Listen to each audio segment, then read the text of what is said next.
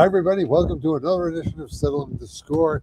John Parenti, Mike Green, a special guest in a moment or so. Johnny Boots is behind the cameras. Hello, Boots. Hello, good morning, everyone. It is a big deal today at the Tavern on 3 in West Greenwich. Boots, it's all yours. Oh, got the big smoking competition going on that Mike Green says he's going to stay for. I can't wait. So That's what they say. let's see. I'm going to transition to the field of where the 9 smokers teams are set up. There we go. And we can see the smokers going out back there. They've been here since 3 o'clock yesterday afternoon. They stayed overnight smoking their meat and such. And yeah, so shut up, Mike. Don't say it. The wind is blowing the wrong way. I know, because last night we were up here in the drizzle and it smelled awesome because the ceiling was low and it was keeping everything low down. And yeah, I'm kind of panning right now to show everybody what the smokers look like. So one guy real quick story. One guy had to leave. The guy with the black trailer that you see there. He's the personal assistant to Jay Leno in Newport. That's awesome. And Jay Leno's house sprung a leak. So hey, you can come back. Just bring Jay Leno with him. Right. That's cool. Yeah, exactly. Yep. Will they show up? Oh. Hello, how are you? Hi. So, all right. So yeah, that's what's going on here. Hey, yeah, you're gonna walk right in front of the You're camera. gonna walk around the camera. There we go. So that's what's going on here. Starts at noon. 2 bands going live at noon. I don't know if I can't. Can I get that? No, they get the big thing. So, you want to be on TV? Sure. Oh, why not? So that's what's going on. So, John, we'll bring in your guest now. Go ahead. Well, the scheduled guest, as opposed to the unscheduled guest. That's fine. And the I other signed one. myself in. You remember What's My Line with John Daly? Sign I in, know please. Jay Leno. So, Casey Rose, the director of athletics at East Greenwich High School. She brought along Gunnar and Yep, my nephew Gunnar. Say hi. My wife taught at Naps. Oh, Naps. Yep. Yeah. Hi, John. Thanks for having me. Go ahead. It's good to have you. Yeah, this is great. I'm very excited for the opportunity. Let's talk EG athletics for the next God knows how long. Start a new academic year. Things are starting to get ready for the fall season. Yep. You must be a busy gal. Yeah, so I mean, we started Monday on the 17th, all 4 sports. It's a different year for us because football started on Monday. Typically, they'll come in a couple days in advance so we can kind of get settled and get into things a little differently. But just the size of the team usually helps to do it in advance. We've done a nice job the last 2 years with football, actually. We're in Division III. I think we're going to be able to compete, which is great. When I first got there, we were kind of coming off that Division I scene. And, you know, the size of school, the type of athletes that we had, we needed to move down, and we've gotten to that point. So I think football is definitely excited for this year. Soccer, boys, especially boys soccer. Right? Boys Extremely soccer. exciting. Yes, so I think they're going to compete. We're a team that does really well in high D2, and I think, you know, I know they're aiming for the play-in game right now. Pat's been there for 25 years, or over 25 years, so he's a veteran coach. He knows how to motivate the guys. He knows soccer, so I certainly will expect some wins where people might think we're going to get losses. And there's always the flip side. You know, you can get losses where you should get wins. So, but I think the kids, they've been working hard this past week, so we're excited for them to compete at that level. You've got about 620 offerings for student athletes at EG. Yeah. What do you have on? Like 27 or so? For sports, yeah. So we have about 30 at the high school, and then we have another X amount of school offerings at the middle school, because I also oversee the middle school as well. So it's between Cole and East Greenwich High School. So we're talking boys and girls cross country. Yep. Tennis in the fall. Yep, girls. Field hockey. Field hockey, boys and girls soccer, unified volleyball, football. That's in the spring. You have baseball at your high school? In the spring, we do actually. Just won the state championship. Because I was sport today. Were you? Today. Nice. For TV. So yeah, we have, I don't know what I said. So both cross countries, unified volleyball, girls volleyball, football, boys and girls soccer, girls tennis, and we have cheer as well. So. So I know Deb McMillan is a great Deb McMillan, who I used to work with years ago. Yep. You know, back when we were both younger. So who took over? So Tracy Fairchild took over first. She's an alumni class of 01, I believe, because I was in the high school and she was there. So she played for Deb. So we really didn't skip a beat. You know, we just kind of went into that. Last year was the transition year where I think people were getting to know Tracy and transitioning out of Deb. both have wonderful qualities that bring our program together. Deb is helping out as much as she can on the outside, and I think this year she'll come around as much as she can again. But it's been a nice transition because they are so close. They can work together to keep that program without skipping a beat. You know? That's so awesome. But Deb was there for 40 years. I mean, that's a long time to coach. You won't see that now, unfortunately. People are not staying in a job longevity, you know? So, I mean, to lose Deb was obviously a huge loss, but gaining Tracy is going to be just as instrumental. Very good. Yeah. We go way back. My wife actually is an East Greenwich alumni. Okay. I think Deb just came on, so she played field hockey, basketball, and softball for East Greenwich. So Nice. she was a three-sport athlete. I think she was all-state in field hockey. So what is your wife's name? Cheryl Grilly. It Okay. was Grilly. Yeah, so. yeah. Nice. Yep. That's awesome. So that would have been back when like Deb was starting. Just starting to out. coach. Yeah, I think it was just starting out. Okay. Yeah, because I also had the luxury of playing for Deb for 4 years in basketball. So I didn't play field hockey. I chose soccer instead. But Deb was my basketball coach. I think she did the high school for 5 years, and I got her for 4. There you go. You're coming off spring successes too. Bill O'Connell's baseball team, which was a really pleasant surprise. I know. Yeah. Softball had another good year. Rob Petrucci's doing a heck of a job there. I could talk about Rob all day. So yes, Rob is, in my opinion, one of our better coaches for sure. He's adjusted. He started on the JV side when I was in high school, so I don't want to give you the time frame, but it certainly has been some time since then. And he's adjusted from then when you could be a hard-nosed coach and parents were not so concerned about that. Whereas to now, there's a little bit more concern about how we produce our coaches and what we put out as a label, right? So he does a great job of adjusting and keeping kids in the program. And, you know, we may not always have JV, but he does some stuff to keep the JV and younger kids engaged. So that's unheard of in a lot of areas. Big buzzword around the English Classic League in the last couple of weeks has been the addition of flag football. Yeah. Yeah. AG going to participate? We probably won't be in this spring. We would need some time to get that all figured out budget-wise. But, I mean, we have a great town flag football program, and I know they just started a girls program on Sunday night. So it certainly is in the making for the future. I just don't know that we're ready to do it this spring and all girly. Mr. Assistant Principal or Associate Principal will always work. What about it? Not yet. Again, what am I going to tell you? Club Not yet. first? I have no Maybe? idea. I'm not in his head, Oh, okay. Is it his thankfully. call? Is it his call? Yeah, he's the athletic director. Okay. Put me in my place, didn't he? No, I'm on the board that approved it, What? the flag football for girls. You know, we kind of spearheaded it. We pushed it through. Justin Erickson from Johnson did a great job of kind of spearheading the whole thing and kind of taking it and running with it, getting all the T's crossed and the I's dotted. Finally had enough teams to be able to sanction it. You know, I understand it comes down to budget, and you know, at some point, you know, I'm not use this a bad way of saying it to rob Peter to pay Paul because it's not that, but at some point, you know, that's the first sport we brought in years, and it's an upcoming sport. It's a sport that's in the Olympics. College girls are getting scholarships now to attend colleges from flag football. Pickleball was the fad, but this is not a fad. This is something that's really the NFL's behind it. Really, from coast to coast, this is a big initiative to get flag football out there. And you know, I just hope that all schools can get involved in it. I know it comes down to money. The first year, the NFL is absorbing a lot of the cost, providing a lot of the sponsorship. Justin, I think the games will be on maybe Saturday, and so it doesn't interfere with a lot of the other sports during the week. Practices can be as minimal as the coaches they want to do it, so it's up to them.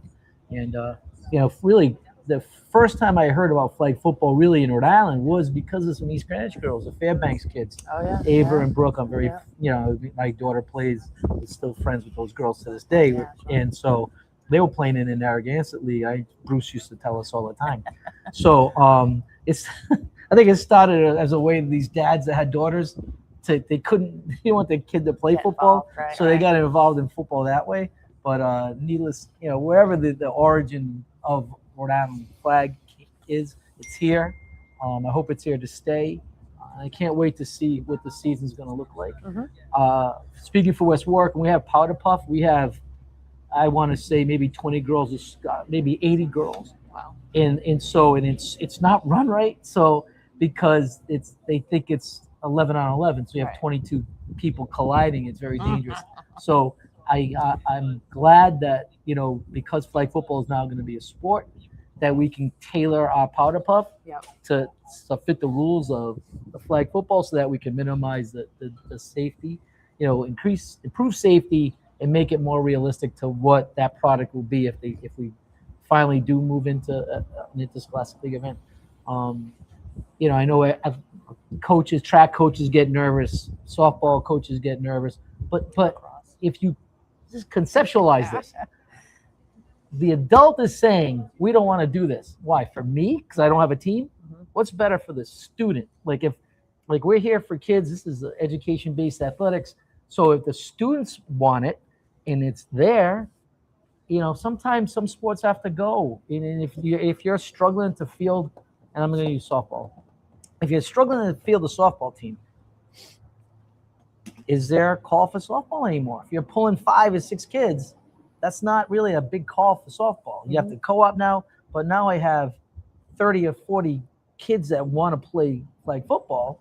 What's in the best interest of the students? And so, it's a tough decision, but I think you got to look at, the numbers, and the numbers will kind of dictate the direction, not the adult coaches who don't want to lose their sport. And sadly enough, schools are here for kids, not for coaches. I believe when lacrosse came on, I wasn't the athletic director at the time. They also went through that process where lacrosse came in. They sort of lost some numbers around the girls' side, but it's a transitional thing, and then it comes back around. Right? It usually does. Yeah, You it know does. what I mean? So it's figuring out. Lisa Ray from West Warwick wasn't going to go play. If you had flag football, she wasn't going to leave track to play flag football. Right. You're not going to lose. Like we had Maddie Berkson at Classical years ago, who was a great runner. And so that was a Classical, because I taught there for a long time. They were so reluctant to start sports because they were always afraid they're going to lose kids to track. Stuff, and that's such an archaic philosophy from people to limit or restrict the growth of one sport because you're worried about it taken away from another. Mm-hmm. If it's going to go because maybe you don't have the right coaches, or the sports kind of reached its peak and now is on the downside. So why not offer other opportunities for kids to get involved in the school? Right. So as I'm preaching, but I get it. But it's interesting to hear your perspective as an athletic administrator with Rhode Island Scholastic League, and yours as a coach, and trying to find that middle ground that sometimes it's unescapable. And the other part that we don't have to worry about it real necessarily is, it's going to be a cost, and it is a cost to the athletic department. So it is something that the athletic directors need to work around with their budget. Yep. And so it's very easy for me to say, just drop this and just use that money and swap it over from this to that. I know it's not. It's easy for me to say. It's difficult for the athletic directors to make that. Those are tough decisions. So Do you have to juggle a lot with your budget? I do. I mean, and it's not a secret. Every school is getting cut. You know what I mean? So with that being said, we're having less and less every year. We're not having less. I guess what's happening is the budget's getting cut, and then we're still providing, right? So it's fun. It's ways to be creative that you can, I'll tell you an example. The ACT Foundation has been absolutely incredible to us. I mean, that guy has given us thousands of dollars to beautify our school, to buy things for our kids,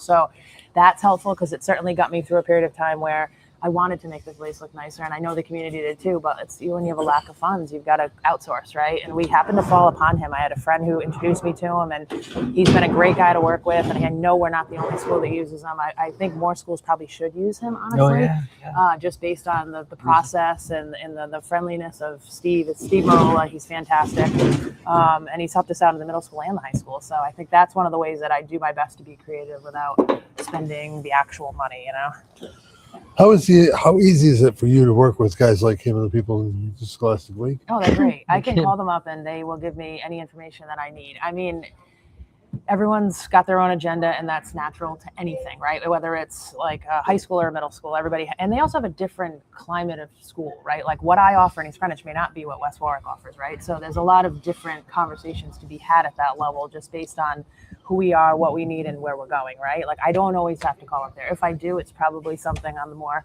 serious side, if you want to call it, the lack of a better word. I've been around a few years now, so I'm getting more comfortable with rules and interactions and things that maybe when I first got here were questionable for me, but I'm certainly, figuring all that out.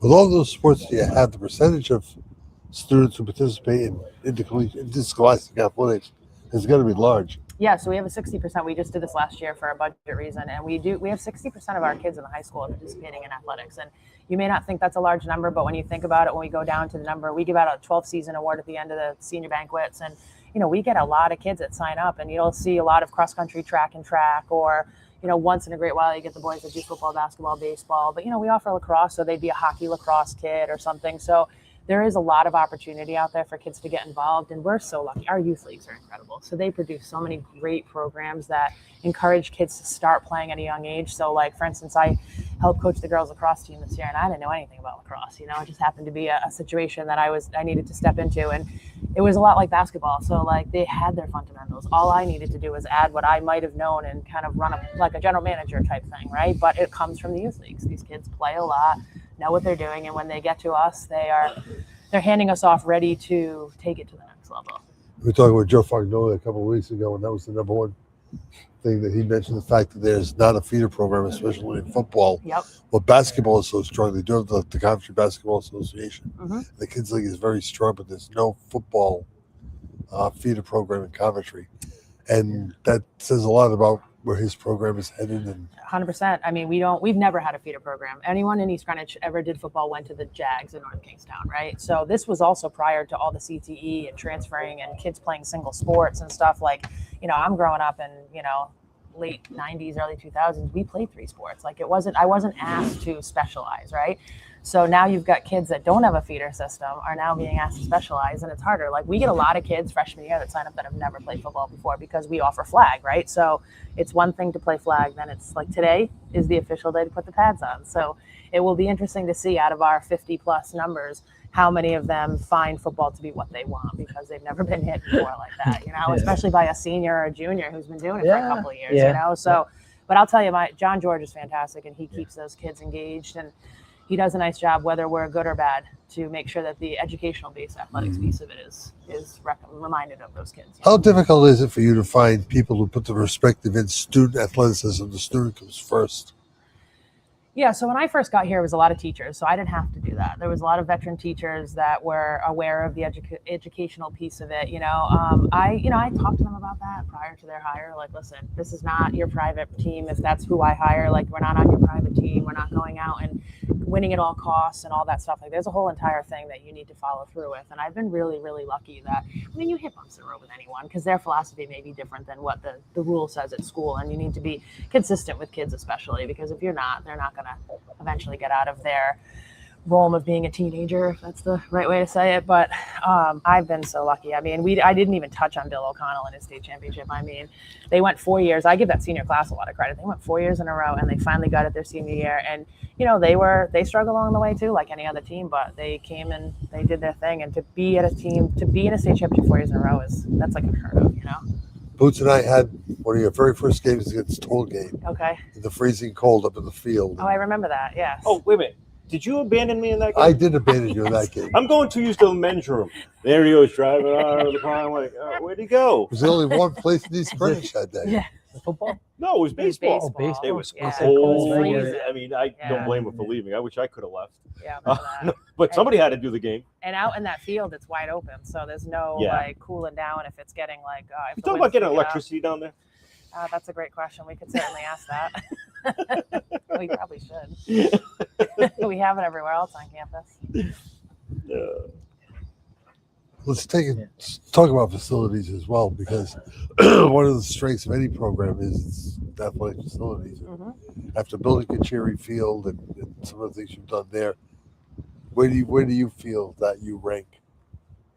Facility-wise in the state, I think we're definitely up there. I wouldn't say we're number one because, I mean, you look at a private school and they have opportunity to spend all kinds of money there. But we are very lucky and very fortunate in East Greenwich to have the facilities that we do. I mean, when I was there, it was grass. It was all grass, the whole place, Now it's that nice turf field. And our town crew takes care of the field, and I'll tell you, they're unbelievable. There's no way I could do what they do. I mean, I give them the baseball schedule, boom, the baseball and softball fields are taken care of. Like, they're so integral to what we do, and so I think that helps our facility quite a bit. And then we're under construction. So right now, the winter probably won't be my favorite because I lost my upper gym, but it's okay. Scheduling is kind of it's really most of what I do, because if I don't schedule correctly, that just causes me more problems. So, I'll be kind of figuring that out a little bit because I'm used to having that auxiliary gym to do wrestling out there or something, you know. So, but if I was going to rank us, we're definitely in the top 5 for facilities. Does the busing situation rear its ugly head? I'm going to ask both of you too, because it's been a problem. It's been especially for teams that play weekday afternoon games, trying to get people bused the way they need to be for a decent amount of It's time. impossible. It is really. It's impossible. Is there an answer? No, I think districts have to purchase their own buses I agree with and maybe that. privatize or or do it that way. You just can't start a game at 4 because if you have a limited fleet and they have to do the elementary run at the very end and they get out late, Yeah, and if the you kids don't show up or something. you're not getting to anything on time. So athletic directors has done all the athletic directors are under kind of the same kind of umbrella with the time constraints. So I mean, everyone's kind of been great and they work together and push games back as far as they can within reason. Some districts have their own bus company, so they don't have a problem with that. So they're less flexible maybe. Sometimes I think the officials, I can only speak to certain sports, are really, those officials want to start. So if you're late, you're literally going to run to the start line. Not to say what sport I'm talking about, but they really, boy, most of my arguments as a coach was always in one sport, particularly when I coached, because these are unavoidable problems that aren't the kids. This is an adult problem, and you're punishing the student. Right. Literally making the student run to the start line. And it's unhealthy. Because they got out of the bus because the bus is late. I get it, but it's unsafe too because now you're not giving them the ample warm-up that course. they need, And I would say I've never had really good busing because I came here when COVID ended. So I was a 2020 starter. So I don't know anything about regular 230 buses that a lot of these coaches talk about, But I like to his point about athletic directors, we all know we're in the same boat. It used to be a little different in the beginning. Not everybody was there, but everyone has pretty much gotten there for the most part. So I just, you call someone up or you call Jim and say, hey, Jim, my bus is running late and we'll get there when we get there. And he's like, whatever. And we make it work. But you're right. It's going to work the other way around. He's going to call you and say, hey, we're late. Exactly. So it's professional courtesy between athletic directors. Yeah. Which is great, which is necessary. Absolutely. Does it allay itself on the weekends? I mean, is it a little bit easier on the weekends, or is it even tougher? I think it's easier on the weekends because they're not fighting that thing that he mentioned about all the runs. So, a lot of times our buses will be late at the 4 o'clock time because they'll be getting to a run at the end and a parent isn't there and they can't drop an elementary kid off without a parent, right? So that can be your spillover, at least in my experience. But I wouldn't say that the weekends I can request any time and they've never given me trouble about the weekends. What have you learned in your first few years? What is it, 5 years now? Going into my 7th. Time flies. Yeah. What have I learned? A lot. So, I came from Special Olympics and it's a very, very happy organization where everybody wants to be included and they are included, and then the volunteers to the coaches. So when I got to a public school, it was just a different vibe, right? I was also post-COVID. So, I think there was a lot going on there that people were just kind of coming out of their homes and dealing with their own mental health. So I would say I learned to not take this job personal. I was telling you this earlier. It's not me they're mad at. They're mad at the situation and the process. And I don't want to take this home. It's not worth that for me, I think that for me is definitely the biggest thing I've had to work through in the last couple of years. It's just knowing that I'm the head of the department, I'm the face of the organization, and people come to me when there's problems, and I need to, realize and understand that. I want to take a minute and talk about your time with Special Olympics in basically their biggest growth spurt since their inception, and the work you did with Chris Hopkins and Daddy DeJesus and the rest of them as well. How difficult was it to make the transition from something like Special Olympics to East Greenwich? And how much did you bring over from them to your current position? Yeah, so we had a pre-exist. So first of all, my time at Special Olympics, I was there for 13 years, and that organization is if anyone gets a chance to volunteer or be around it for a short period of time, I highly recommend it. We had a lot of people that were there regularly, which made the job more fun, more exciting. We accomplished so much. You did say that, and it's certainly when I first started. We started flag football. We're going to talk about flag football, right? We had a unified flag football program, and the athletes would get out there and play 5-on-5. And we took a team to the nationals in 2014, and they won the gold medal. So stuff like that, you can't put a price tag on seeing an athlete succeed at the next level when they were told when they were a kid they probably weren't even going to live that long. you know. So I would say that that's for me been the most exciting, and my relationships with everybody at Special Olympics. I mean, I still run into people. I see them. I might see a coach at an event here or an official that officiated when I was running the basketball league or something. So super fortunate in regards to that. What did I bring over? I think I like to think I'm compassionate. I have moments where I'm not, certainly, but I think it's, I'm making a choice for everybody, not just one person. And so I think the compassion in my engagement for unified sports, like, we got a banner, I think, in my second year that I came on board, and that was a nice example of just celebrating the whole school. Like the teachers don't realize how inclusive they are during the day by just having them in their classrooms and teaching them and having them be part of that. And then to have your peer models and classes. I mean, we're always looking for people to get involved, and we have our volleyball program and our basketball program. And then at the middle school, we have cross country and basketball as well. So I just think we've really emphasized that inclusion and acceptance piece of it for our kids in the school. And not only that, but it also includes the community as well. Right. I mean, our coach that coaches our volleyball team, she's been there, I think this is her 16th year. She's an inception of the program. So she started at the beginning, and she had a son in the program, so she was invested that way, but she stayed on after her son graduated, and she's still coaching, and now she coaches the East Greenwich team. So now not only does she get the younger kids, but we're starting to have that like circular awareness, because when I was there, it was a very separate thing. Like the high school program and our adult program were separate, and not because we wanted them to be, but I don't think people realize that if you're in the high school program, there's still a whole like 30 plus sports being offered on the other side, so it was a lot of that. We used to talk about that all the time, just trying to rein in who we are and how we come together as a whole group.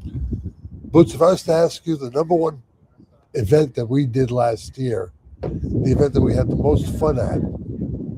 Oh, volleyball. Unified? No, Unified. the unified. That Sorry, one- it that one- was a unified Yeah, we were- volleyball game. That was That was tremendous. awesome. I'll do that every day. Yeah, awesome. Those kids are awesome. Yeah. Yeah. You also did a unified basketball game, right? Yep. Yep. Yes, we did. It's just so much fun. Yeah, So much fun doing those And you kids. talk about inclusion and development of the program, etc. There's nothing better than unified sports. I mean, I agree with you. I obviously, being an athletic director, I love all sports. But if I had to have a special place in my heart, it's from my past. I have a cousin with autism, so I grew up knowing that this kid was a fantastic athlete. He just needed a place where he could fit in intellectually, right? And that's what this program has offered. And it's nice to watch athletes come in freshman year and they're like, I don't like that sport. And then senior, they're like, oh my God, I love it. I'm going to be like a captain. I'm like, this is the development that you're looking for, And I think this spurt is a lot higher than a person without a disability. And I'm not saying that they don't have the opportunity, but when you get to high school, you're figuring out whether you want to continue this for the next 4 years and then maybe to go to college. But for these guys, this is part of their everyday life. Like, this creates an atmosphere for them in the school, whether they're having lunch together or even if someone just walks by and says hi to them. That's bigger than what they had before, So the partners are just as integral into this program as the athletes are, because without them, we don't have unified. We just have a whole bunch of athletes wanting to be part of something that they don't have a partner who's next to them that teaches them a skill or takes them out for ice cream or just like you're an everyday kid, The league certainly respects and upholds unified sports as one of its integral parts. Yeah, I mean, it real supports the Special Olympics RI and recognizes unified athletics. They've been a big help to us because sometimes, we had an athlete who, we go back to one of our sports, the participation was so low in one of our regular sports that a student who's a unified student is very skilled. And they were trying to tell them that, well, because they played a lot of games, they can't be considered a unified athlete. Oh yeah, this was a phone call. This was an email. The executive director Lunny. I go, you got to understand, buddy. Yeah. They had like 12 kids. That student had to play, just because. And so, it was one of those situations that sometimes they jive with the reality. So just wait, and then things happen during the course of a game. I'm like, there you go. See? Yeah, right. This is you're misconstruing it. So sometimes I think, in an effort to kind of play fair, they don't realize there are different levels of need, and schools have to sometimes bend a little bit so all their sports can be successful and prosper. And so Mike Andrewchow, who was the even field recipient this year, they weren't going to let Mike participate. He couldn't participate at all as an athlete, as a partner at all. As a partner, he's one of our basketball players. But he coached, Like he was a coach. He was awesome, by the way. Like on the sidelines, he was so Not intense. surprised. Yeah. He was. That's your catcher, right? He, Baseball? that's his That's brother. Dave. So His brother, yeah, okay. he was so involved. He loved it. Like I think that moment of helping with the basketball team, I think it's kind of like changed his trajectory maybe as he goes off to college. I think he was thinking he liked doing this, Right. and he enjoyed it. He was wicked into it, and it was fun to watch him participate in that way. So I love unified sports.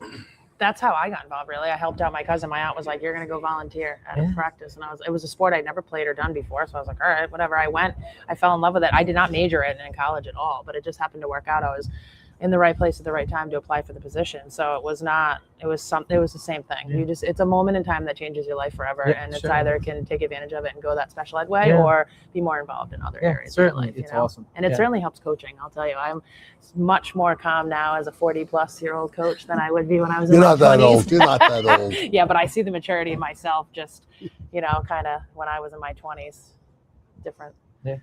Time to break. It's halftime here at Settle In the Score. Mike, Casey, Boots, and I will be back with plenty more to discuss about EG Athletics and the rest of the world in a moment. Saturday, August 22nd at 1 p.m., join the Smoke and Barbecue competition at Tavern on 3, 809 Nooseneck Hill Road, West Greenwich, benefiting Veterans, Inc. Come hungry and ready to enjoy barbecue, 2 live bands, raffles, and family fun for just $35. Think you have the best barbecue around? Enter the competition for just $25. Call 401-255-6673 to register by August 15th. Hi, this is Dan from Lathrop Insurance. Here in Rhode Island, we take pride in taking care of our own. At Lathrop Insurance, we have spent 86 years helping families and businesses protect what matters most. Whether it's your home, your business, or the legacy you're building, our team is here to provide peace of mind through customized insurance solutions. We're proud to support high school sports across Rhode Island because when our community grows stronger, we all win. Lathrop Insurance. Personalized protection, local expertise. Visit lathropinsurance.com to see how we can protect what matters most to you. We've told you for years that AJ's Restaurant is Kent County's go-to spot for great breakfast, lunch, and takeout too at 828-4160. And now you'll find more parking, mere steps from the back of the building to AJ's front doors. AJ's.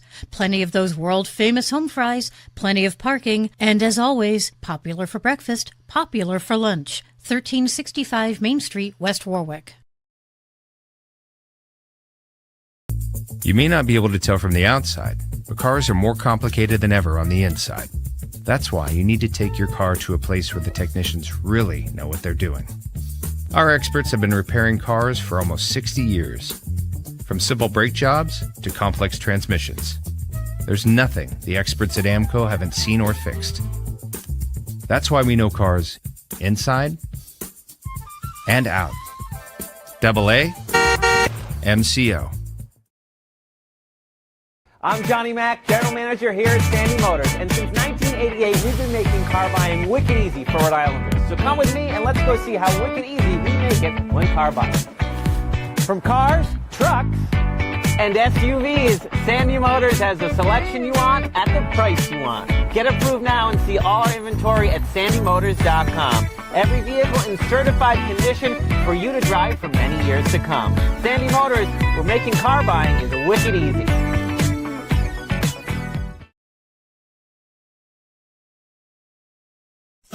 Welcome to Dan's Place, Rhode Island's #1 stop for amazing food, drinks, and live entertainment. Dan's Place offers a fantastic selection of unique menu items, including pizzas, pasta, steaks, and seafood. Here's what our customers have to say: a masterpiece on a crust. Watch your favorite New England teams on one of Dan's 4 big screen TVs. Looking for a great place to meet? Try Dan's Place. I'm Dan from Dan's Place, where your only regret is not coming in sooner. The largest reason we opened up Seaside Pharmacy was to help our community better than the big box stores. We get to know you better, fast and friendly service. So we'd love to have you come in and check out Seaside Pharmacy and see what we have to offer. Wood River Health provides medical, dental, and behavioral health care to over 10,000 people a year. even when they can't afford to pay for the care they need. The cost of providing healthcare services has increased, and the grant funding we receive doesn't fully cover the cost of patient care. We, like other community health centers across the country, count on community support to keep our doors open. With your help, we can keep serving as a safety net for your neighbors. Will you help us invest in our mission? The Pizza Nomad is pizza, grinders, salads, pickings, calzones, flats, specialty pizzas, and more. Pizza Nomad. Eat life to the fullest. We have been family owned and operated for 27 years. We do specialize in European vehicles. We're an alternative to the dealership. We are transparent and honest. We provide a digital vehicle inspection, complimentary shuttle services to your home, elite auto repair, building relationships for the road ahead.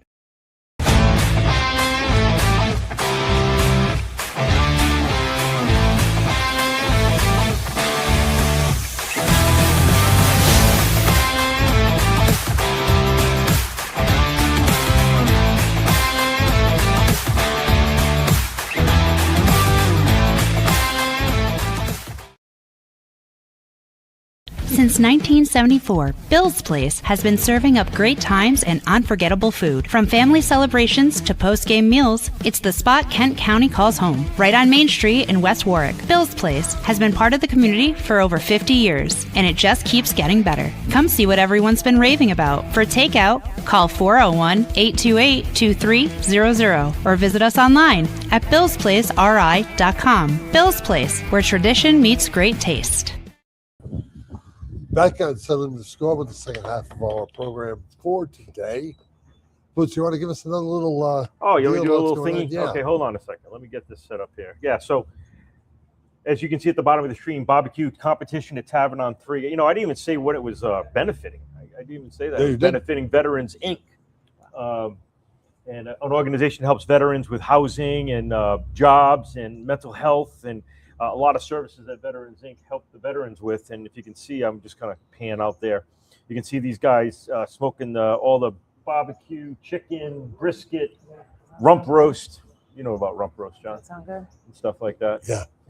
He's been called the worst. So it starts at noontime today. That was uncalled for. What'd you say? What did he say? Said that was uncalled for. Oh, stop. He's so sensitive now in his old age. He gets 70 and he gets sensitive. It is sanctioned by the Northeast Barbecue Society. That guy that was here That was earlier. a Kansas City barbecue guy. Yeah, no, he's an official, Yeah. licensed judge. You have to go get trained. Yeah, I read his thing after he came over and was talking to me. I told him we'd get him on. I said you'd interview him later on. You can talk to him about it. And he'll hold his breath. He'll be fine. But we're just kind of. What makes a guy just walk into a like he had no sense of like he was when I see a camera, I like to be on TV. awareness. No, he just walked in. He just walked in. He just wanted the screen time. That's all. Yeah. Can you blame him? Yeah. He wanted to be I on. always, Listen, boy, I'll tell you. he's on with 2 Hall of Famers. That's right. Where can somebody say, other than me and Cassie now, we can say we've been on TV with 2 Hall of Famers? Impressive.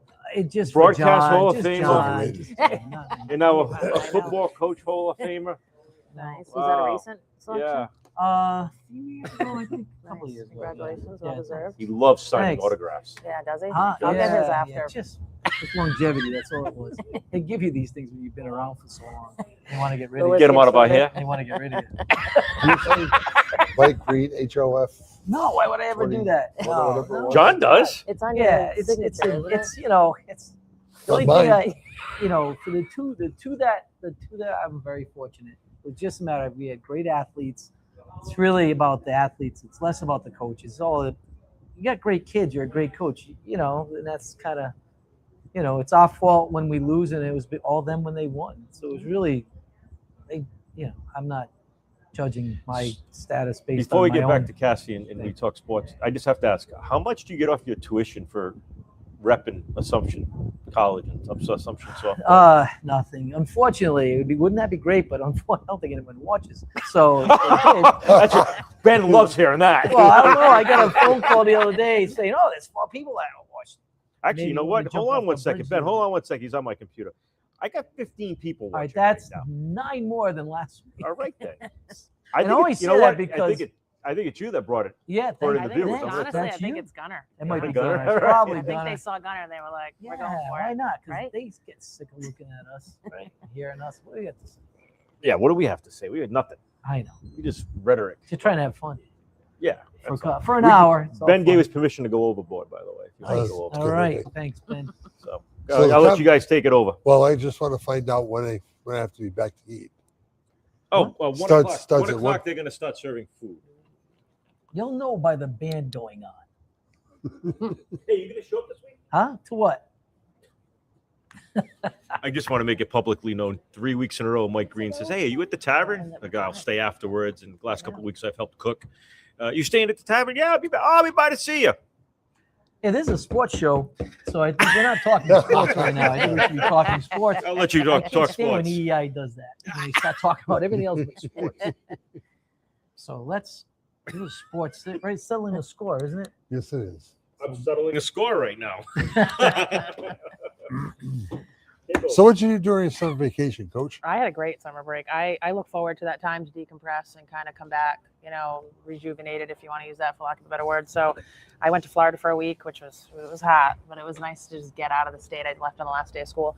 And then I do a summer vacation every year. We go on it's a group of women, there's 4 of us, and we go to Europe. So this year we went to Portugal and Spain. So we had a blast doing that. Good time. Oh, it was great. But then I had to go right back to work. So it's like you come off a vacation, you need a vacation from your vacation, and now I'm back at work. But totally fine. It's quieter until we get the kids in the building on the 17th. So I didn't mind coming in. Here we go. Yeah. Right, here we go. Yeah, we're It's live gonna- now. It's going. It's awesome. This is the best part of the school year. Kind of gets speeded up though as you get closer to it. Yeah. Well, I I mean, mean, especially in your position. we just have to be ready. So the biggest issue for us is that when the students come into the building, every single period they're going somewhere. That's the most important part. Is everyone has a schedule and everyone fits in a room somewhere. That's like the biggest piece. And then we can make the adjustments, in the next few weeks. That's a lot of, things happen then. They'll tweak things as you can. But the worst thing is to have 10 kids going, I don't have a classes period. That's awful. So you want to make sure that everything's settled. But athletically, I know what Jimmy's going through. He's there, making sure everything's ready. The fields are ready. The paperwork, which is probably the bane of my yeah, existence, that's but yes. it for ADs. The big thing for me especially is I have a trainer, so I'm super lucky because that condenses my time where I have someone, and he's fantastic. He's an assistant athletic director too. So Sal Palermo is his name, and he came on. He's just going into his 4th year, I believe, and he's done a really nice job of helping to integrate into the program. So when you talk about paperwork, I've kind of handed that off to Sal. Coaches certification is another thing, getting them certified and making sure now they're going to be level 2. So a couple more classes that we have to chase down. But he's got a great organizational skill there. So, and then he covers, like today, practices right now. I can't be there, and nor would I be very effective if there was an injury. I mean, I'm first aid certified, but I'm not a trainer. And that's been such a great thing for us to have that in injury prevention. So if we have a kid injured, they can go see him. And then we also accumulated a team doctor, Dr. Stephen Marcascio. He actually did my knee surgery last summer, and fantastic guy, and he can take the recommendations if our families don't have somebody, Right, So, right. That's awesome. and Ortho Direct's been awesome too. You can send them right there immediately. So I think the trainer piece of it was certainly something that I was able to add on while I was employed here, and kind of enhance that portion of it. Come winter time, you staying around with Dave Macaron and doing some girls basketball? Not this year. I've been a long time official, so I would like to get back to it. I was really only helping out this year because I tore my ACL about 1.5 years ago, close to 2 years now, and so it was the rehab. I'm older, so I'm not these young kids who get to come back in 6 to 9 months and probably tear it again. But I really wanted to make sure all of that was right, so I'd like to come back to basketball. I haven't fully committed that totally yet, but I'd like to do that and make that happen. How much do you guys miss Donnie Bowen? I love Donnie Bowen. He still works for Everybody me, loves actually. Donnie Bowen. I love him. He's the best. He still works for me on the game day staff with Sue Mosca. They're integral for, another piece of this is that, let's say I have something going on, like I have my nephew here and he's into sports as well as the rest of his family. So I hate missing out at night, for a game. So Donnie or Sue will cover a game along with some other of my game day staff that works. And football's a big one. We need 6 or 7 people to be on that staff, So, but yeah, I love Donnie. Still runs basketball camps for us. Still, runs the youth leagues at Eldridge, and he's just a man of the town, you know, and everybody loves him. I've never met a person that says they don't like Donnie Bowen. Very truthfully. true. You know, he's genuine. He cares, you know. Do you have a favorite sport? What is it?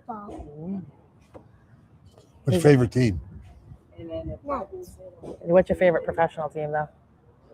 You said it in the car, and I know your daddy's going to be mad if he hears this. Oh, Eagles and Patriots. They're playing tonight. So you'll be in front of a TV tonight watching the game. He'll actually, today's a great day for sport. Can't wait for college. And he, my brother is a Cowboys fan, and so was my dad. So this was a point of controversy in our home as kids because I chose Patriots and my two brothers still Cowboys. He has chose Patriots and Eagles, and his two other siblings are Cowboy fans. So Well, Vivian doesn't really care. she doesn't care. Yeah, I don't think she cares much about football. She's more of a soccer player. How much of a kick is it for you personally to come back and lead the program that you played for 4 years? It's funny. When I was at the high school, I didn't think about it that way at all because I'm a fourth generation kid. So East Greenwich has always just been part of my life. You know, like it's where I grew up. It's where my parents grew up. It's, well, not my parents, but my father, my grandfather, his grandfather. So I never knew anything different, you know. I was ready to go out of the high school, though, when I graduated, like any typical graduating senior. And I tell them this. I'm like, be careful what you wish for because you might just be me, which is I wanted to get out of there. And here I am back, you know. When the opportunity came up, it was a no-brainer. I applied for it. I always wanted to get into the athletic director side of things. I've been a sports person my whole life. I can't draw a stick figure, but I can play a sport, you know? And so I think that was what I focused on my whole life. It got me out a lot of childhood, you know, situations that I think as long as I went there, it was going to be better than if I went somewhere else, you know? So I love it. It's fun. And a lot of the parents that I graduated with are now kids that are in the school system. So like, you know, I'm interacting with people that I haven't seen, or if I've seen you, it hasn't been on the same level as your child being in the school. So it's kind of neat to cheer for people that you already knew from your previous life, you know. I was in Richard's pub not long ago with, you talk about former athletes who now moved on into different things. And one of the names that was brought up, I happened to see at Richard's pub, Aaron Kukian. Oh, yeah, yeah. Who now is running for governor. And he is, yeah. it's just astounding to see somebody you remember playing on a basketball court and covering his games as a high school player, all of a sudden running for the governorship of Rhode Island. It's nuts. I know. And his two daughters at the high school, Emma and Noela, and they, you know, they're basketball player and field hockey players. And then one of them plays tennis too. So they're actively involved like Aaron was with his athletic career. You and I were talking, going back and forth online about the East Greenwich Mount Rushmore. Oh, God. And the people who made East Greenwich, I mean, it's such a rich tradition when you go back and review some of the names and stuff. And we talked about West Warwick for ad nauseum at one point. It's Monk, it's Dan Sylvester, it's John Grilly, your father-in-law, and the job he did with the cross country and track teams. And then the fourth was always, well, is it Louis Polano? Was it one of the houses? Is it Steve Sr.? No, Lou Polano, he was at Cecil when I was Yeah, Lou Yeah. Polano. Yeah, Yeah, he's Lou athletic Polano. director. Yeah. But what about EG? Where do we start? I mean, it's a no-brainer to start with Nick Achiri. I Yep. mean, they named the field after him, and in the stories, I'm part of the Hall of Fame committee as part of my job, and so athletic side. And it's interesting because every person who's come up to speak has spoken about Nick in one of their previous lifestyles. So I would say he's definitely number one on that list. He was number one on my list too. Yeah, I mean, Artie Kershaw is unbelievable. He was number two on my list. So he was the athletic director when I was there, and you know, to now see him as an older adult, I always had the respect for him as an athlete. But I see him as an older adult now, and I know what he did as a job, right? So, like, things were different then, and, you know, we all go through those phases of, you know, it'll be different when the next person takes over for me, you know? And so it's interesting, but he was great for the school. He was a phys ed teacher. He was an athletic director, and he coached a ton of sports. Like, he was just really successful, and, you know, he's still around, and everybody loves him, you know what I mean? And they have their stories, so. Yes, you know? I can hear him calling plays when we coach against EG and what was it, Eccleston Field? What's that field? Eldridge. Yep. Can hear because everything echoed. Oh yeah. A.O. counter. You yell A.O. counter. I couldn't stop it. Everyone knew it was coming. Yeah. Yeah. So, Yeah, and he's and you know we had the West Warwick rivalries because his brother was the athletic director when I was at East Greenwich. He was at West Warwick, you know, so he would be like talk to us about West Warwick and stuff like that. But I would say Carl Swanson is definitely on that list. He was my number 4. Yeah, he made that program, that hockey program, incredible, and we're just trying to, you know, keep that same momentum going through, right? I mean, we had a championship 2 years ago, so I was out when they had that, but great opportunity to get that. I mean, I'm always going to put Donnie on that list. I mean, he's been around for a long time. I would say Donnie and Deb are kind of equally successful in their own ways. If we're only picking 4, I would have to go there with both of them. I think they both had an extreme amount of success over their years. They ran a program that people wanted to come back to, right? So if you have an alumni game, there's guys and gals from their first year still wanting to come back, and they're grown men and women that are, you know, like have their own lives and they're making it work. I know Donnie did a reunion with a team that won the state championship over the summer. And I know Deb every year does her alumni games, and she has kids come back that play for her that were kids in her program, you know, so she's in second generation stuff. So I would say between the two of them, I would throw them together.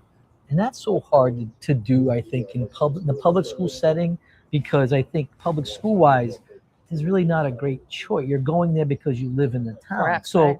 Like the buy-in to do that in the public school really shows that there's a big connection with the coaches and the kids and their willingness to come back and participate in those alumni events. Yeah.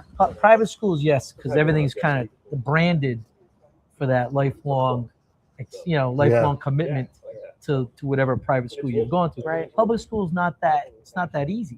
No. You know, so to do that is awesome.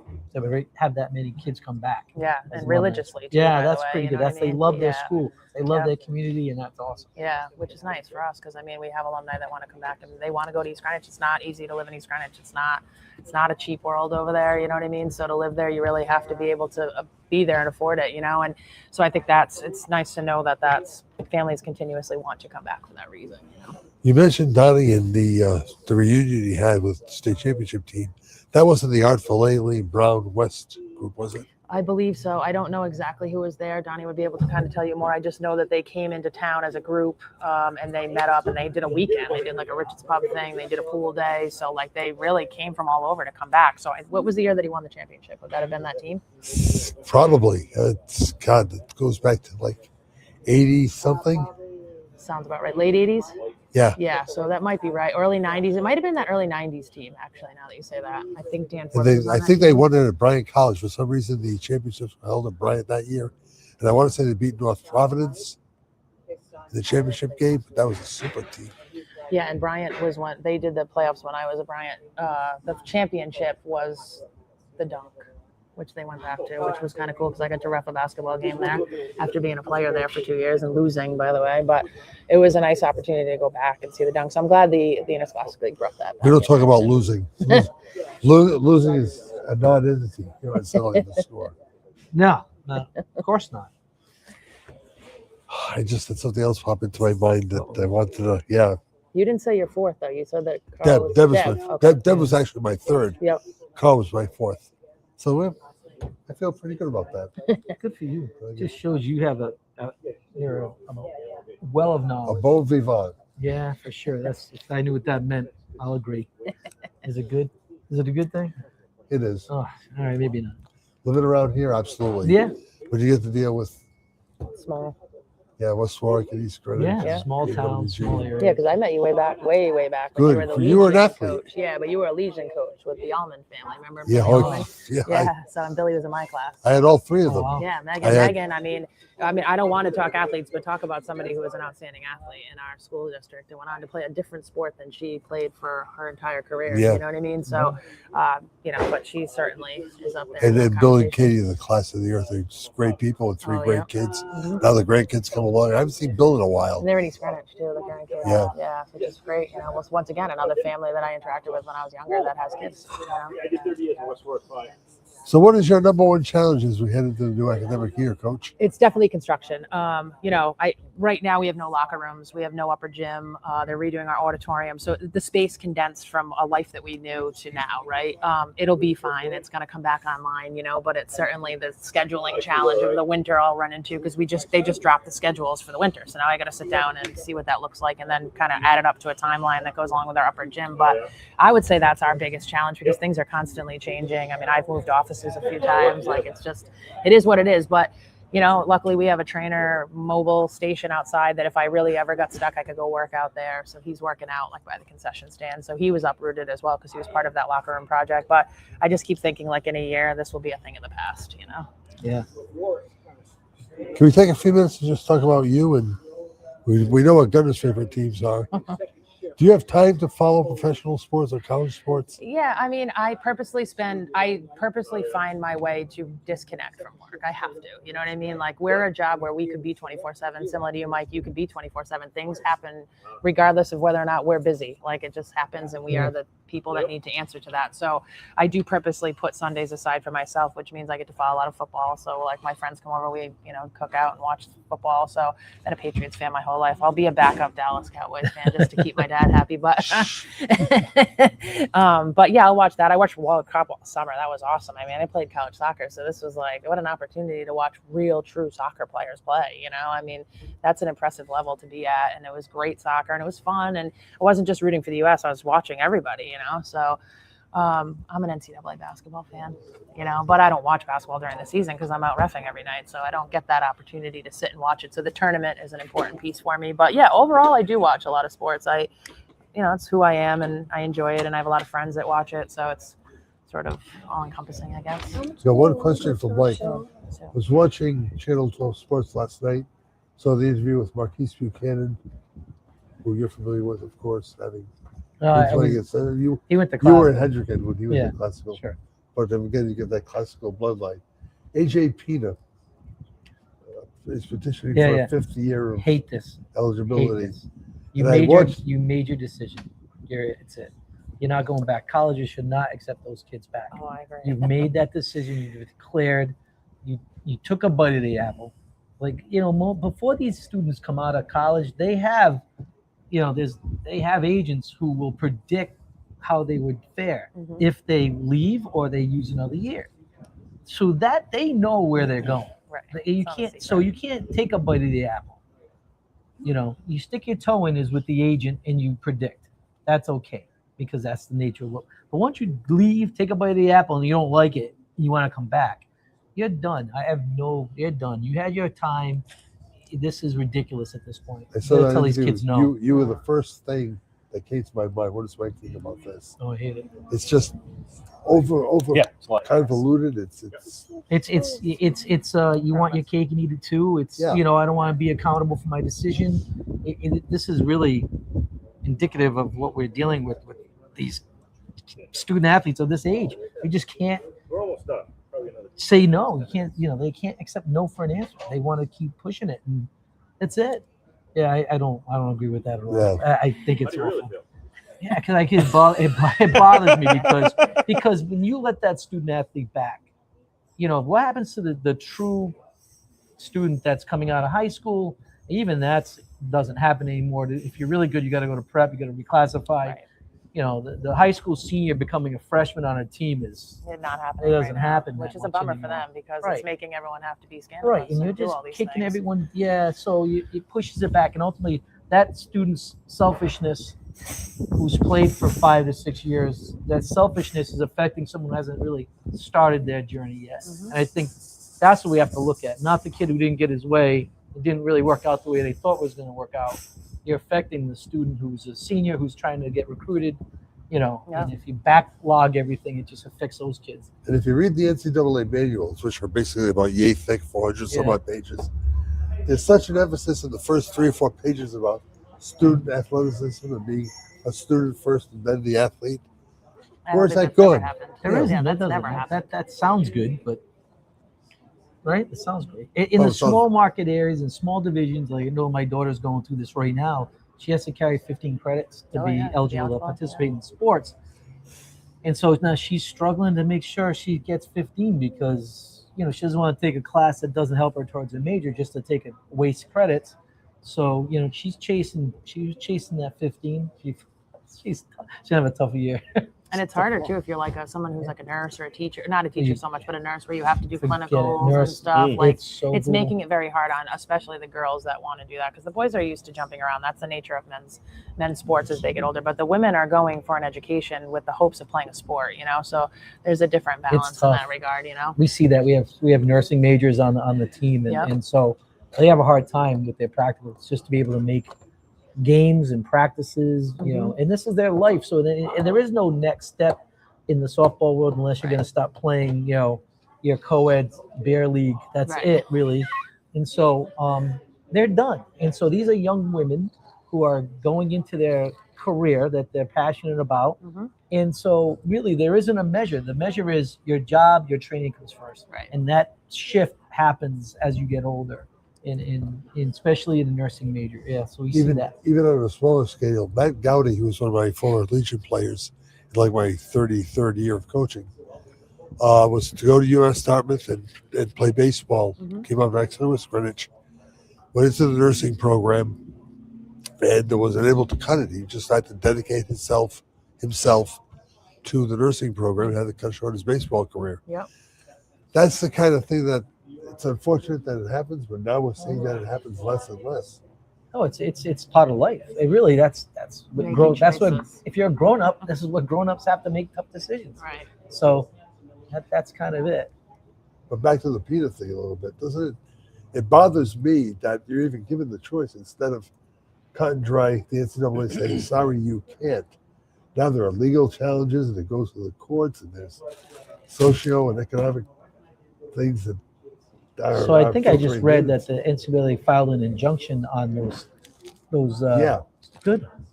The NCAA has more money than they do. Oh. So if they want to go down that road, because it's precedent setting, and I think at some point you have to have rules and you got to stick with them and there's got to be guidelines, we'll see how this turns out.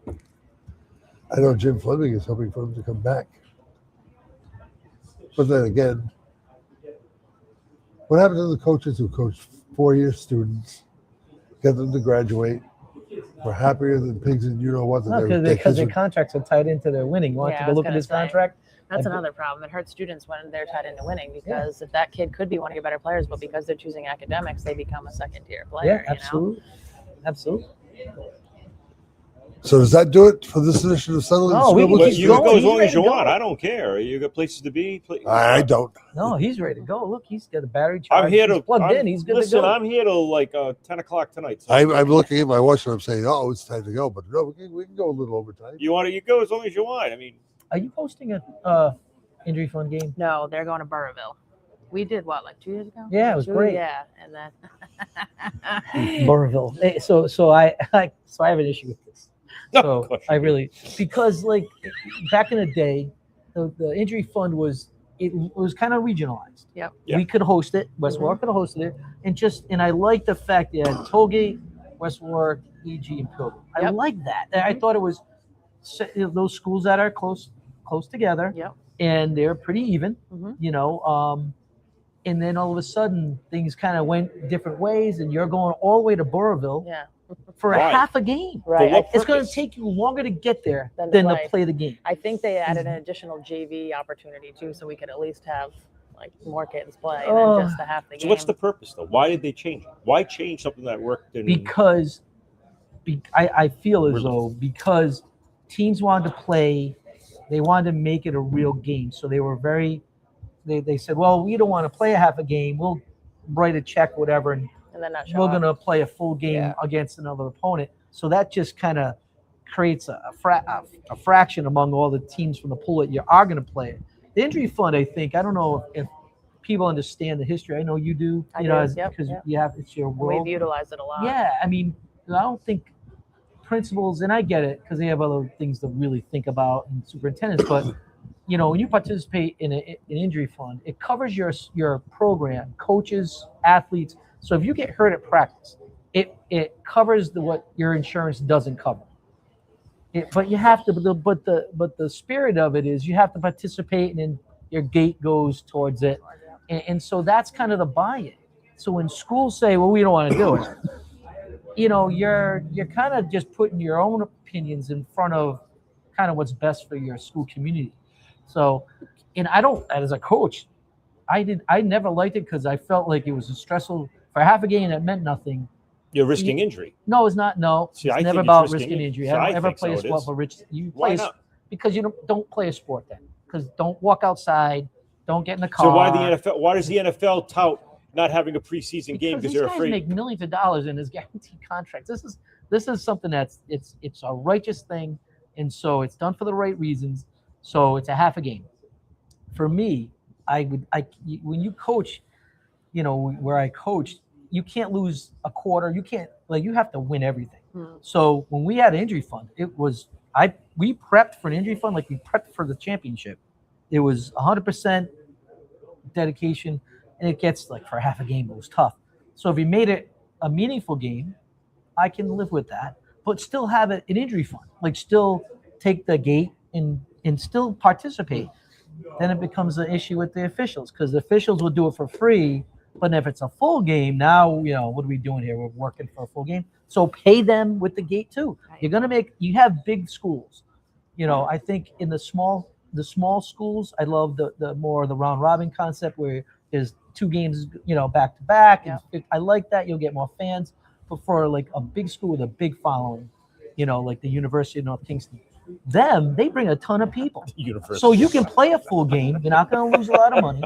And then you can pay the officials in injury. Right. And I say that with all the love you can What about give. the College of Henrican? They're a whole different species. That's fine. They have a big fan. So those schools can go play somewhere and then use that gate to pay for their injury fund and pay the officials. That's my point. If the gate is so important, why is EG going to Burrville?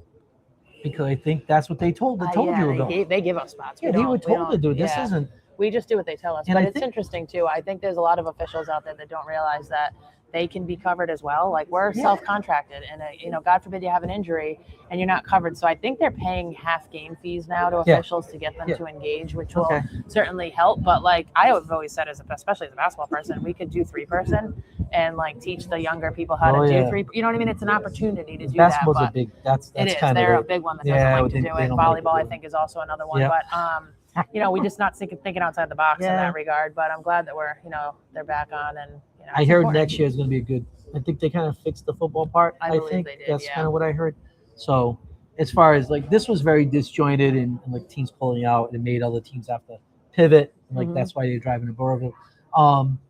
I hope that everything gets back to normal, and I'd love to see those 4 teams and just take a different. I know Tollgate's tough and they don't have in Tollgate and Pilgrim, but by next year they should have a space. Yeah, they should. Yeah, they're and they working should, on that. and that would be a great place, a great Just venue. rotate it. So you're only That's- hosting every 4 years, that's it. technically. And that's you know what I mean? okay. Unless I'm speaking, that's just my opinion. Like knowing the teams, knowing what you have, there's no really lopsided situation. These teams are all kind of honestly. I know what the other guys have, and so I think it's fair. But who are you playing? Well, I think we're playing Burrville. Burrville? Yeah, I gotta look. I know we're going to Burrville. I gotta look at it. We're scrimmaging them as well on a Saturday. So, I think John does a nice job of getting them ready. And whether he plays top of the line or someone in our level or below, you know what I mean? I mean, we got a lot to learn over there, and we got a lot to try to do too. So I think he does what any other football coach would do to get ready. Yeah, you have to. Yeah. We've talked at length about the pluses and minuses of the co-op. And for the most part, you've been able to stay away from co-op.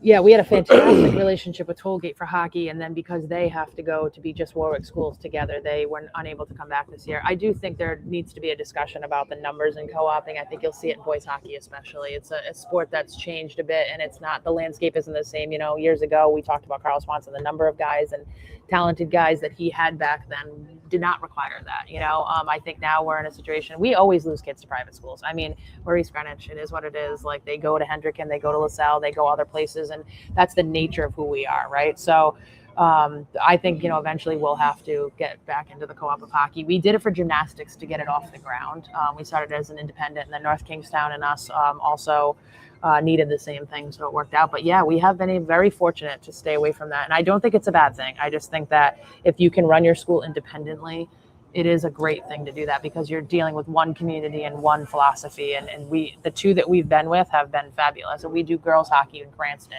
so, we're super lucky in all those relationships. But, like I said, if we can stay away from it, it's, Speaking of relationships, you basically get to work now with Dr. Tom Kenworthy, who is an academic, but also very, very aware of the positives of athletics. I'm very lucky. So this is funny. I was at Special Olympics for 13 years, and I had the same boss and the same CEO for 13 years. I come to schools, and I've had 3 different superintendents, and I've had like 2 or 3 different principals, right? So assistant principals, a turnover every year. But yeah, Tom's fantastic. It's really nice when you have a superintendent that he doesn't bother us. Like if we need to call him, we call him, but he shows up. He's observant, so I know he's watching. But I think that's a good thing. Like so you can't get better if someone doesn't tell you that you need to do something right. You know what I mean? So I like that portion of it with him too. He'll recommend things when I ask. And like you said, he's a sports person. So it's hard. It's not every day you get a superintendent that's a sports person. Does the fact that U.S. News and World Report ranked East Greenwich number 3 in the state of Rhode Island above the University of Hendricken or North Kingstown College, whatever, it's who's one? Classical was 1, Barrington was 2, EG was 3, Portsmouth was 4. Does that tell the parent of an East Greenwich High School prospect or an incoming possible 9th grade, 8th grader stay in town, it's worth it? I think that depends on the child and what they want to get out of the experience. If you're a sports person, you're gonna probably choose a private school on the men's side, on the women's diplomatic side. answer that Yeah, was. you like I that? feel that. I had this argument. Diplomatic and you in the same sentence do not go. Well, the views of Mike Green do not reflect the views of anything else I'm associated with. Exactly. Or I couldn't do this job. I wouldn't do it. I have this argument. When schools argue against parochial schools, I will use East Greenwich as an example. Why does a student who lives in East Greenwich go anywhere except East Greenwich if it's about education? If it's about education, U.S. News has said it. Yep. Right? Oh, yeah. So when they leave to go somewhere else, not private, public, to me, it's all about leaving to go play a sport. That's it. It's not about it. I mean, you move to East Greenwich, play East Greenwich taxes. You've got a phenomenal educational system and athletic program, comprehensive, and you're still leaving to go elsewhere. It's because of sports. It's really, and that frustrates me as someone who's heard forever how unfair it is other schools get kids from all over the Do you place. think that's Just do you level think of that's a playing field. majority? Because I know kids that don't Some play of the sports. best kids, I think, in East Greenwich are playing I'm somewhere not else. talking Eastern, I'm talking and that's statewide. always I know been kids like that go always. elsewhere for West Warwick. They come to West Warwick for theater and arts, but they're not playing sports. They're there because they That, want to you know be what? there. That's very few. That's very few. I know kids that go to Pontiganset for their forensics department. Yeah. Because CP it's so programs. specialized. I get that, but it's not. That's very few, John. It's So sports. the numbers aren't Sports. Sports. Yeah. All right. A major motivator is sports, and I'll throw cheerleading in there. No, I'm sure. It's the extracurricular. You want to call it that? It's not about. I would think it's not so much about the educational programs that they offer. Those are just the avenue to get there. Okay. And so No, I see what a you're lot saying. has to do with the extracurricular activities in sports, cheer, performing arts is all part of that. So, if I'm living in East Greenwich, I don't care. My kid's going to East Greenwich. I mean, No. we do see the transfers back that tend to come back from a school, and the education piece of it does not meet the same standard. So there is that making up for of it when they return, depending upon what year that may be. But yeah, East Greenwich has always been a very high academic school. It was like that when I was there. I mean, they have high excellence there. The teachers are fabulous. I mean, they work really hard to produce that curriculum that's already set forth for them, and they're flexible too. Like, they're not like, this is how it's going to be, they're very willing to work with us. I mean, I would never go in a classroom and ask a teacher to change a grade, but I would recommend the kid to go speak to them about what their version of this and the teacher's version of this, and to work that out, but it's just, the rigor's high. If you want it, it's there for you. If you don't, and you want to go somewhere else differently, that's also your choice. It's a family decision. I Right, guess it's right. tough. It's tough. It is, and I mean, of course, we'd love to see more kids come to our school, but we also understand that it's private to them and their choices, and they go where they think their child's going to be most successful. And I think that part of it. I think part of it. I always say, if you send your student to like a parochial school because you think it's going to give them an advantage, I think it's a bad idea. I don't think that's a smart reason.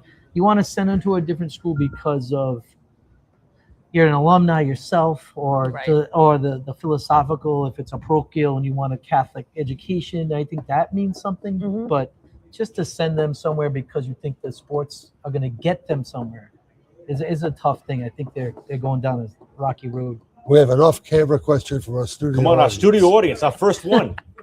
Do you think kids will leave them because of the division? Because they get to a better school, a bigger student body, they go from class, let's say, class 3 to class 1? I mean, I know we run into that in some sports. I mean, we're Division II basketball program and a Division III football program. So I think it's all comes down to just understanding the sport that you're in. You know, I mean, you're gonna if you're good, you're gonna get recruited somewhere. I was gonna say, and people are gonna find you. In the sports like basketball, softball, baseball, I would just hockey.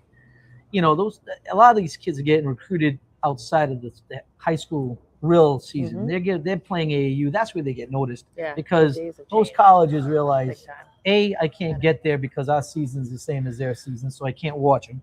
B, that we understand that the competition in Rhode Island might be a little different. So, you know, I get a chance to see someone, you know, play in the Cape League in a baseball league. I get to see them against better talent. So that's where the recruiting is. But that idea is I have to go to Division I to get noticed.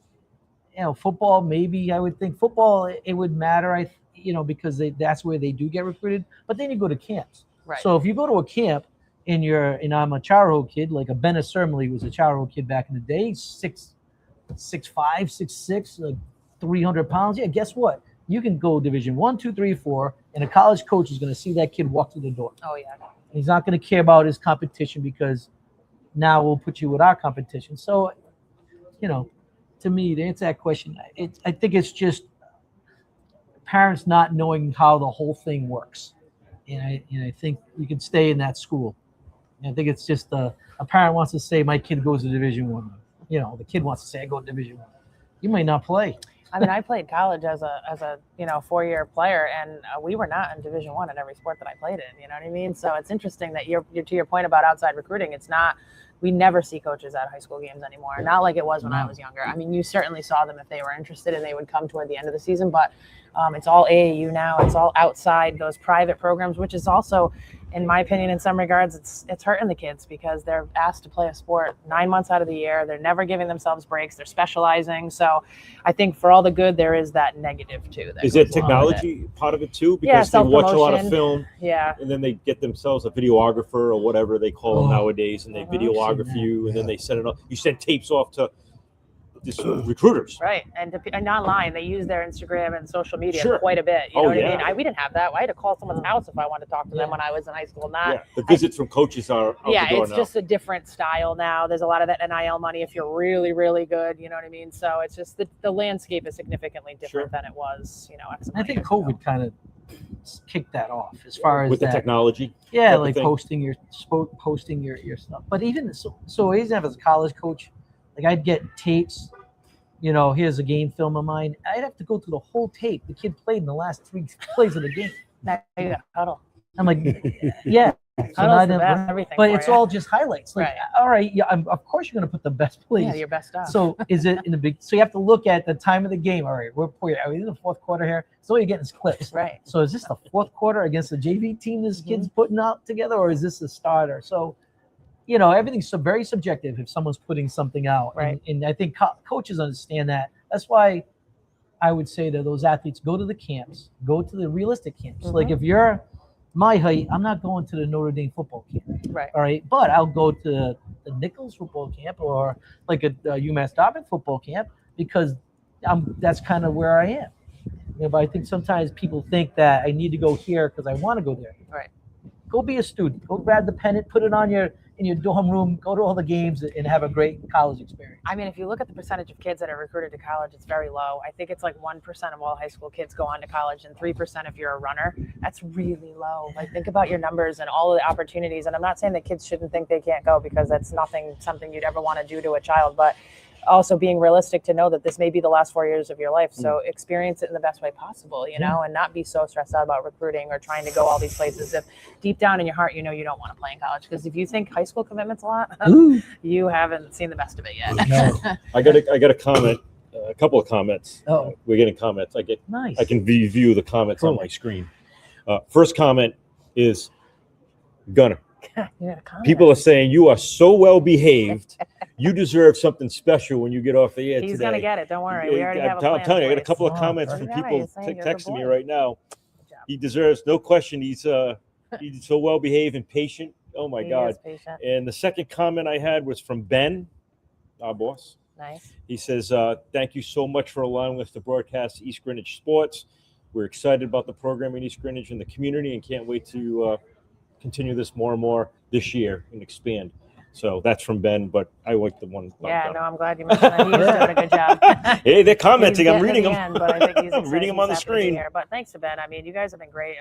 We'll have you anytime. We love the families after the baseball game talked about it. They're like, that was awesome, because baseball's not a followed sport, right? Like, Yeah. you don't have an FHS camera for baseball, so the only stuff you're going to see is if a parent videotapes their child or something. So And if the announcer stays for the entire game, that'd be great. We'll have to set you up for like a June game. I have to razz them. You have to. But no, we love having you guys here, and we would have you for more for sure. I mean, it's really a benefit to the organization. I want to do some more girls games, and he knows this. I love doing girls softball, basketball. That game with you guys in college Yeah. a few months back was great. Yep. Yeah. And then you did I'm West looking forward to London. flag football too. I'm looking forward to doing some girls Yeah, flag I mean, football in yeah. the spring. Yeah, That's going to be an interesting concept. And I I'm think pretty that's- sure, and I don't know, Mike, you can confirm this. I'm pretty sure there's already a girl that is going on a scholarship for flag football. I think out of Ooh. St. Ray's, right? Maybe, I think so. Yeah, and that I was know the there's a early girl. club type Oh, when setup they were that they clubs? had. Yeah. Yeah, so I remember them saying that. So I mean, there's already girls out there making it happen. I mean, we have baseball and softball, but to expand on another female sport in the springtime would be great. You know, I think that's going to be fun. I'm looking forward to it. That's just going to be something that's It's going to be a great year. Yeah, it's going to be fun. I kind of think hopefully schools that are kind of like looking at the budget and they're kind of maybe kicking, like thinking about it next year. Press Hopefully they, boxes? for flag football, maybe have a club and then see how the numbers are. You know, I think you can work around the paying of a coach with club, naming it like identifying as club. It's a little different, so you're not on the rolls necessarily. So I would hope schools look at it that way, and maybe instead of jumping into the deep end of the pool, they kind of go in and see ease into it. Yeah. How many schools? I don't know if you asked this, and maybe I missed it. How many schools are committed to putting together a flag football league? 16, right? So 16 already. There were 16 that petitioned. Yeah. Okay, so I wasn't sure where that was. I don't know if I Yeah. missed it earlier. Yep. 16 teams. Oh, Yeah. that's great. Right now, that's And that's people going who to are be in committed. the Scholastic. That's not a Yeah, so club that's team. like a quarter of our membership. So that's going right? to be Yes. wow. That's going to be that's going to be fun then. Yeah, I mean, Yeah. you know, we're gonna work into it, like you just Yeah, said. You know you what I gotta mean? I know we have an interest in our town. It's just a matter of getting in. I don't like to dive headfirst in anything. I'm not that kind of person. I like to feel it out, weigh it out, get it to the right point. Because if you epically dive in, you fail miserably, and I don't want to do that. You know Now, what is I mean? West Warwick So- committed? They put in no. Is East Greenwich committed? We're not, no. You're not. So there's two local communities that aren't committed just yet. So which local ones? Do you know which ones are committed right now off the top of your head? Oh, I'm curious. Well, Johnston, St. Ray's, Johnston, St. Johnston, LaSalle. I think LaSalle. Juanita, classical. Not classical. Not classical. So what Hope, Central? Hope, Coventry? Mount Pleasant. Coventry's not right. Coventry is. Oh, they are. He sat here and said we talked about. Oh, that's right. We did. He's And got that was a- before he's the got a vote. That was ton of before the numbers. He's got actual. a large number of kids involved already. Yeah, I mean, Justin and I talked a little bit about it when we were discussing jumping in this year or next year. And, you know, there's that conversation about not bringing on as many kids as well because they're all not going to play. So bringing on 30 plus kids is not a football team. It's not going to work, you know? So there is that conversation to be had too, is there's only so much room to play because there's no JV. Now, is the NFL sponsoring this? Are they funding a first portion year of they're this? funding everything for the Funding first. uniforms. I think I saw that Trying on- to get coaches Flag. stipends. I Yeah, think. coaching stipends. I think It's Ania kinda almost like Khan what the said it last Special night on Olympics Channel are, 12. did Yeah, to their get first year. unified. Right? I They'll think throw it in there. that report And from then you Channel take it 12 as last night time is on. correct. Ania Khan was Yeah. speaking. So the NFL is sponsoring the Yeah. first season. Oh, okay, that's great. So here are the first 16. Okay. Lincoln, LaSalle, Johnston, Central Falls, Juanita Sanchez, North Providence, Coventry, St. Ray's, EWG, the Pawtucket Co-op, Westerly High School, Mount Pleasant, Davies, Achievement First, Charahoe, and Hope. So Ben's jumping for joy right now because we got Charahoe, EWG, and Coventry, and Westerly. and Westerly for 3-2-1 Yeah. to be able to broadcast. for Right, the I think it's spring. great. Ben, you're excited, I know. But I think that'd be great. I think that's going to be awesome. Hopefully, we could be a part of getting that push out to the communities and letting them see what's out there. The games. You going to do the games? Sure I am. Okay. It's an exciting sport. Mike Green, springtime football I have to announcer. officiate, man. If that gets in the way. Oh, we got Assumption too. He's got to go Oh, yeah, support Assumption, Assumption yeah. too. You know, the lot goes Saturdays, on. doubleheader. Yeah, Right, Saturdays. all the time. Greyhounds. Yeah, I'll be out of here. I'll be Yeah, we watching my don't. kid. We lose them for settling the score Yeah, makes in the sense. springtime. Yeah, It's only for 4 years. that's it, and then it's It's over. over. It She's goes got to fast. get a real job. Yep. She's a senior this year. No, rising junior. Junior this Yeah. year, correct? Yep, Yeah. junior. All right. Yeah. Gotcha. It So goes fast. yeah, it goes by in the blink of an eye. Yeah, and I'm super proud that she's playing college athletics. Like, to your point, is not easy. It's not. It's not. They And move in on Friday. They move in, and then she's working at camp like the day they move in, and then a few days, and then they meet, conditioning tests, and this is fall ball starts, and you know, I it's don't not- miss it. it's- I miss it, but I don't miss it. Yeah, no, With my I agree daughter. with you because when I was younger, we didn't lift weights. We didn't do any of those personal workouts like that. Like, Oh. you know, we kind of had a running joke that you smoke cigarettes and eat Burger King, right? Yeah. And these kids now are healthy as can be. They're working out every day. They're in the gym. They're working. You know what I mean? There's so much that goes into it. They have personal, you know, whatever your sport is, you have a personal somebody training you, you know. So there's a whole lot that goes into it now that I can't say that I would probably love it at this point. I like the social part of sports. I know too, Bryant you University know? just hosted eight schools for their cheerleading camp 2 weeks ago, and that was during that week of like brutal 90-degree weather, they're making money. and 8 teams at Bryant University for cheerleading, and my daughter's a coach Yep. for cheerleading at Bryant, and it was brutal. These kids were like dying because of the conditioning they had to No, go it's- through. yeah, of course. And it was just terrible. It's you know. So my daughter spends a lot of time at Amped, which I love is a AMP, big. which is where I'm going. Yeah, actually. I it's love awesome. Andy. Yeah, I went to she's high going school to with AMP. Andy. So. Oh, really? Yep. So he's Awesome. an East Grange graduate, and he contacted me almost immediately. But Yeah. a lot of success comes from guys and gals alike going there. There's a lot of people that from the college kids that'll come in. Yeah, So- Molly still goes since 7th Yep. grade. She's been going. That's awesome. And Yeah, she goes back in college, and that's he's fantastic. yeah. You know? So, and I know that's such a big connection to EG. And not having a gym right now, it's Yeah, that- even yeah, better because right. they can go right up the street and Yeah. it's there for them. I know football, some kids from the football team work out, field hockey does it. So we We do got- want to push it out a little bit more to some teams. You know, there's that overall benefit, injury prevention, if anything, at the high school level. And you that's know? what would happen. Like Molly would go there back when she was still in high school playing in the summer. Yep. If she saw, she'd go there. Mhm. But West Warwick, we had Justin Lake. Coach Lake brought the hockey team for the summer program there. Great guy. So yeah, so Great guy. we love Amp, love Andy. He's been Yeah, great. He's been he's the really great best. to my kid over the years. We're lucky. I mean, we have a lot of resources in East Greenwich that some other places don't always have, you Right, know. right. So it's nice, and they are good to all of our athletes. You know, there isn't a particular kind of athlete that needs to be successful in East Greenwich. You know, we offer a lot of different things and a lot of different opportunity. I mean, I'm super lucky. Administration, like I said, has changed so many times. My principal's been there. I think this is her 3rd year. And, you know, I wouldn't say she started out as a sports person necessarily. She plays tennis, but, you know, there's a lot of learning to go along. But she's been so supportive and so good about making sure that, you know, that it's the culture is part of the school, right? And that can sometimes be separate if you're not on the same page with your principal, you know. And I'm very lucky in that regard. She's been super helpful in the good and the bad, you know, coming to games and being part of the culture. It's important, you know. It is important, yeah. Boots, one more time. Get people over here to West Greenwich. Oh, you want me to transition over to the? Let's look at everything that's going on. Let's Starting to see. get, there's more people than when we started there, everybody. Yeah, there are more people here. Let's see if I can. He changed my. See, Ben plays with my my settings, so I have to like move the camera around. It's wireless. Oh, he can there control- we go. Yeah, he jumps on my computer all the time. Oh, then you can control that from where You you can control anything you Oh, want. wow. You can control anything you want on my computer. So anyway- there's where He's the like- buffet he's is like going to be. our Let's own- go to this is where the buffet is going to be. He's like a Buffet's all buffet. set up. Raffle tables all set up. Let's move over to the. Everybody's here. This place is packed now. These people are excited. I didn't. It's early. You what? Ben, you messed up my. So these guys have been cooking my since sauce yesterday is at 3 here. o'clock, and they're smokers trying to make the food. There we go. So no What's that? Red You gonna- Sox, Patriots. What? You gonna be here later?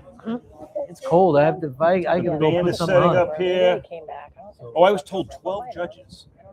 See, like they're in the little containers right there. 12 judges for this. And we're gonna get one of the judges. Well, Tavern it on takes a 3 really starts long at time. 1. 1. Starts at noon. Gates open at noon. Everything else starts So at we 1. had less than an hour from where we are now. So come on back.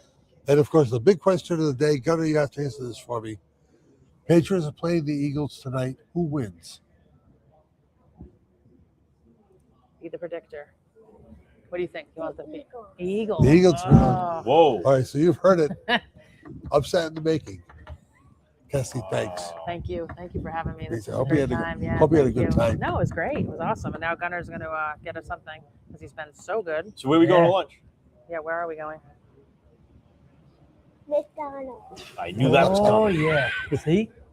Perfect. Man Well after my own deserved. heart. Boots, thanks. See you next week.